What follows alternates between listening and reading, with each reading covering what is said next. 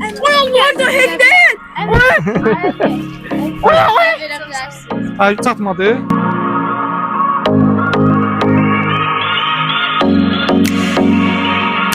Bir dənə Yusuf bala üçün 26'lı 1000 Mix Pro modeli gətirmişik.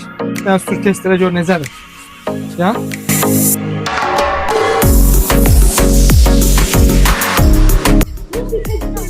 Yaxşıyız. Kimin velosipedi var? Kimin velosipedi var?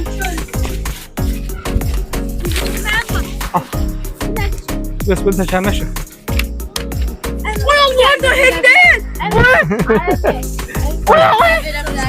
Ay çatmadı. Ayda yeni olan ya da birini ayda. Kimə? Yeni olsa. Verdim də sənə bir dənə. Verdim ama bir dənə olmuş. Kameranın ağzını açasız sonra taxasız. İnşallah. Necədir Yusuf bala? Yaxşıdır. Yaxşıdır. Kim istəsə buyurub əlaqə saxlaya bilər. 220 manatdır. Bu nasıl yapıyorsun? 10 manatdır.